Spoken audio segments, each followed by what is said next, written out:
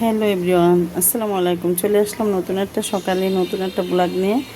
তো আজকের ওয়েদারটা দেখেন, গতকালকের মতো। তো এখনও সকাল 10টা বাজে। তো এখনও দেখেন রোদ্দুর উঠি নাই, কিন্তু মেঘলা মেঘলা একটা আকাশ, চারিদিকে মৃদু হাওয়া বইছে। আর আমি তো আমার কাজ প্রতিদিনের মতো সকালে নাস্তা করে সবাই নাস্তা তৈরি করেছি, সবাই খাওয়া দাওয়া করে বাসা থেকে চলে গেছে, আর আমি চলে আসছি আমার দুপুরের আয়োজনে। তো ভাবলাম যে আপনাদের সাথে একটু শেয়ার করি আজকের দিনের কিছুটা সময়। তো সামনে দুপুর, আর একটু পরেই দুপুর হয়ে যাবে। তো আমি দুপুরের আয়োজনের জন্য আমার রান্নাঘরে চলে আসছি। আর এটা হচ্ছে আমার রান্নাঘরের বেলকনি। তো আমি এখান থেকে আমি একটু ভিডিও করি।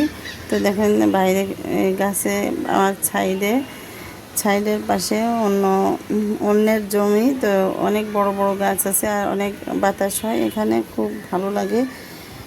আর এখানে অনেক সময় আমি কাটাই, তো খুবই ভালো। আর এই সাইডে গাছপালা আছে, খুবই ভালো লাগে এদিকে। তারপরে তো সবজিগুলো কাটা হয়ে গেছে। সকালে নাস্তা করার পরে আগে কাছ থেকে দুপুরের সবজিটা কেটে নিয়ে, তো সবজিগুলো কাটা হয়ে গেছে। আজকে হচ্ছে রান্না করব, এটা হচ্ছে কাঁকরোল বা করলা, যেটা কী নাম এটাকে আমরা কাঁকরোল বলি। তো কাঁকরোল তো এভাবে কেটে নিয়ে তো ভাজি করব। হচ্ছে এটা সিদ্ধ হয়ে গেছে, সিদ্ধ হওয়ার পরে তারপরে আমি তেলের পরে দিয়ে ভাজি করব আর কি। তো এটা সিদ্ধ হয়ে গেছে অলমোস্ট। আর এখানে এই চুলাতে আছে পটল দিয়ে কাঁঠালের আটি দিয়ে রান্না করতেছি। হচ্ছে পটল দিয়ে কাঁঠালের আটি দিয়ে আর মাছ দিয়ে রান্না করব। তো সেটা কি মাছ দিয়ে রান্না করব আমি দেখাবো ভিডিওর ভিতরে। তো এটার ভিতরে এখন আমি লবণ, হলুদ, অন্যান্য যে মশলা, শুকনো মশলাগুলো আছে সেগুলাই দেব। আর হচ্ছে পেঁয়াজ, রসুন আর কাঁচামরিচ বাটা তেলের পরে দিয়ে তারপরে হচ্ছে আমি তারপরে এই পটল দিয়েছিলাম। তো ওটা আমি ভিডিও করে নেই। আর এখন ওই শুকনো মশলা, যেগুলো গুঁড়ো মশলা আছে সেগুলো দিব। একটু লবণ দিয়ে দিলাম স্বাদ মতো, পরে লাগলে আবার দেবো। আগে অল্প করে একটু লবণ দিয়ে নিই। তারপরে দিয়ে দিলাম একটু হলুদের গুঁড়া, এরপরে জিরা গুঁড়া দিয়ে দেবো, একটু জিরা গুঁড়া দিয়ে দিলাম। তারপরে একটু ধনিয়া গুঁড়া দিয়ে দেবো। আর আমি কাঁচামরিচ দিয়ে রান্না করতেছি। তো কাঁচামরিচটা আগেই আমি প্রথমে তেল দিয়ে তারপরে কাঁচামরিচটা দিয়েছিলাম, পেঁয়াজ আর রসুন। তো এবার আমি একটু হালকা পানি দিয়ে তারপরে এটা সিদ্ধ হওয়ার জন্য দেবো, তারপরে ঝোলের পানি দেব। তো ভালোভাবে নাড়াচাড়া করে পটলটা সুন্দরভাবে নাড়াচাড়া করে তারপরে ঝোলের পানি দিয়ে দেবো। আর এই পটল কাঁঠালের সিজনে এই কাঁঠালের আঁটি দিয়ে পটল রান্না এত মজা লাগে, আমার কাছে তো খুব ভালো লাগে। যদি আপনারা না খেয়ে থাকেন তাহলে একদিন হলেও একটু খেয়ে দেখবেন, অনেক মজার একটা তরকারি হবে। তো এখন একটু পানি দিয়ে দিব, আমি একটু অল্প করে পানি দিয়ে এটা জাস্ট সিদ্ধ হওয়ার জন্য একটু পানি দিয়ে তারপরে ঢাকা দিয়ে দেবো। দেওয়ার পরে তারপর সিদ্ধ হয়ে এলে তারপরে আবার একটু নাড়াচাড়া করে তারপরে আবার ঝোলের পানি দিতে হবে। তো এই পর্যায়ে আমি এখন ঢাকা দিয়ে রাখবো।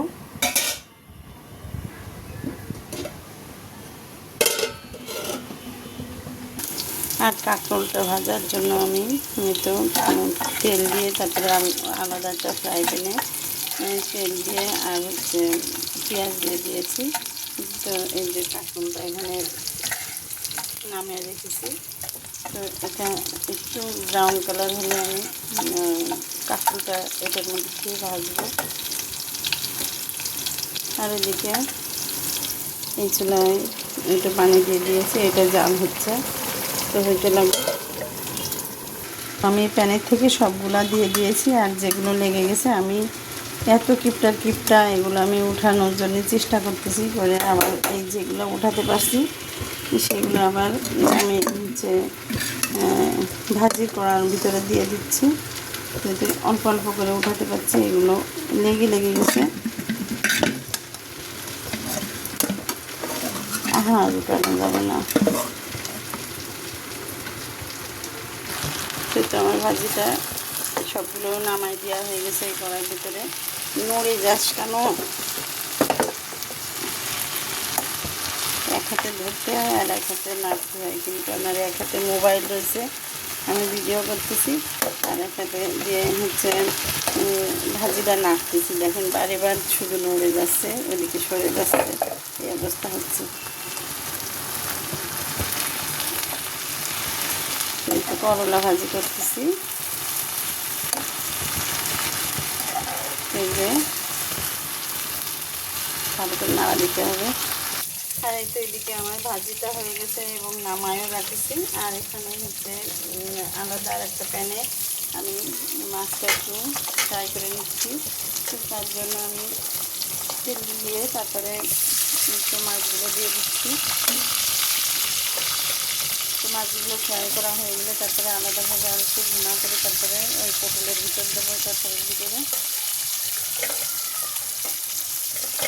অনেক কাজ বাকি আছে, এখনও কোনো কাজই হয়নি। রান্নাটা এটা হলেই হয়ে যায় রান্না। দেখুন আমার মাছের এপিট ওপিট দুপিট ভাজা হয়ে গেছে আর এত সুন্দর কালার আসছে। এই যে মাছগুলো আমার সবগুলোই ফ্রাই করা হয়ে গেছে। এখন আমি মাছগুলো আলাদাভাবে একটু ভুনা করে তারপরে তরকারির ভিতর দেবো। এই জন্য কিন্তু আমি এখানে পেঁয়াজ রসুন পেস্ট করে দিয়েছি আর একটু কাঁচামরিচ পেস্ট করে দিয়েছি। আর এখন একটু পানি দিয়ে কষাই নিচ্ছি। একটু আদা বাটা দিলাম 1 চামচ, 1 চা চামচ দিয়েছি আদা বাটা। আর এখন একটু গুঁড়া মশলা দেবো। তো গুঁড়া মশলার ভিতরে দেবো আমি এখানে একটু জিরা পাউডার অল্প করে, যেহেতু তরকারির ভিতরে আমার জিরা দেওয়া আছে, ধনিয়া দেওয়া আছে, আর একটু ধনিয়ার গুঁড়া দেবো। তো একটু ধনিয়ার গুঁড়া দিয়ে দিলাম। আর এখন একটু হলুদের গুঁড়া দেবো,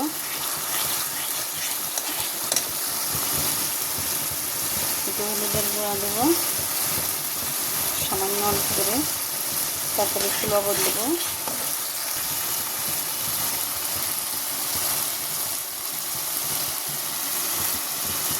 অল্প করে একটু লবণ দিলাম, যেহেতু মাছ ফ্রাই করার আগে মাছে লবণ দেওয়া ছিল।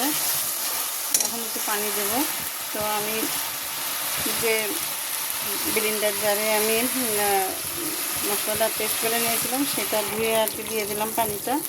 ওই যে পেঁয়াজ আর রসুন আর কাঁচামরিচটা বেটে নিয়েছিলাম, তো সেটা ধুয়ে দিয়ে দিলাম।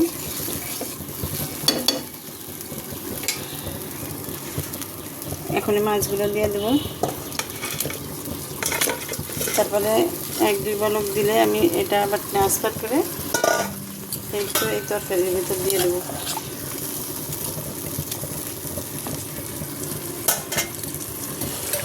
তো ঢাকা দিয়ে দিই। এই যে পটলের তরকারিটা আমার ফ্রাই হয়ে গেছে। আর একটু ঝোলটা মাখো মাখো হবে, তারপরে আমি মাছটা দিয়ে তারপরে আমার তরকারিটা ডান। তো মাছগুলো আলাদাভাবে একটু ভুনা করে নিচ্ছি, নিয়ে তারপরে তো এই পটলের তরকারির ভিতরে দিয়ে দেবো। তো এখন এই মাছগুলো ট্রান্সফার করে এই প্যানে দিয়ে দেবো। আমার ওই প্যান থেকে এই প্যানে আমি ট্রান্সফার করে নিয়েছি আমার এই মাছ ঝোলটা বা ভুনা। নিয়ে তারপরে আমি একটু ডিপ করে দিচ্ছি মাছগুলো, ভিতরে একটু ভালোভাবে জাল হবে আর কি। তো এবার পানিটা ঝোলটা আর একটু বেশ একটু কমে গেলে তারপরে আমার তরকারিটা হয়ে যাবে। তো আজকে পটল রান্নাটা কেমন হয়েছে বলবেন কিন্তু সবাই কমেন্টের মাধ্যমে। তো এই তো বেশ এখনও 10 মিনিট মতো ফোটাবো। আর এভাবে কাঁচামরিচ দিয়ে তরকারি রান্না করলে কোনো গ্যাসের সমস্যা হবে না। আর খুবই টেস্ট লাগবে তরকারিটা। একটু খেয়ে দেখবেন আপনারা। দুপুরের রান্না তো আপনাদের সাথে শেয়ার করলাম, সকালেরটা তো সকালে হয়ে গেছে নাস্তা করা। তো দুপুর পর্যন্ত এই ছিল আমার ভিডিও। আর সন্ধ্যার সময় আজকে ভাবছি যে এখানে আমি আজকে ডাল পুরি করবো। এই জন্য আমি পাতিল এখানে ধুয়ে রাখছি, ডালটা ধুতে দিয়েছি। আর পেঁয়াজ রসুনগুলো কেটে আনতে বলছি, আর কাঁচামরিচ। ডালটা আগে আমি তৈরি করে এখানে রেখে দেবো। তো এখন 12টা 12:30 বাজে। তো এখন যদি এগুলো সব কমপ্লিট করে রাখি সন্ধ্যার সময়টা, বিকালে আমার ঝামেলা হবে না। আর পুরীর জন্য আমি আটাটা এখন খামির করে রাখবো নাস্তার জন্য, সন্ধ্যার নাস্তার জন্য। আর হচ্ছে এই তো, আর এই পর্যন্ত ভিডিওটা আর বড় করতে চাচ্ছি না। তো আমার ভিডিও কেমন লাগে আপনাদের কাছে একটু কমেন্ট করে জানাবেন। আর যদি ভালো লেগে থাকে তাহলে আপনার ফ্যামিলি আর ফ্রেন্ডদের সাথে একটু শেয়ার করে দিবেন। আর সাবস্ক্রাইব করে আমার পাশেই থাকবেন নতুন নতুন ভিডিও পেতে হলে। আপনাদের ভালোবাসা পেলে আমি অনেক দূর যেতে পারবো। তো সবাই ভালো থাকবেন, সুস্থ থাকবেন, আর আমার জন্য দোয়া করবেন। আমিও সবার জন্য দোয়া করি। আল্লাহ হাফিজ।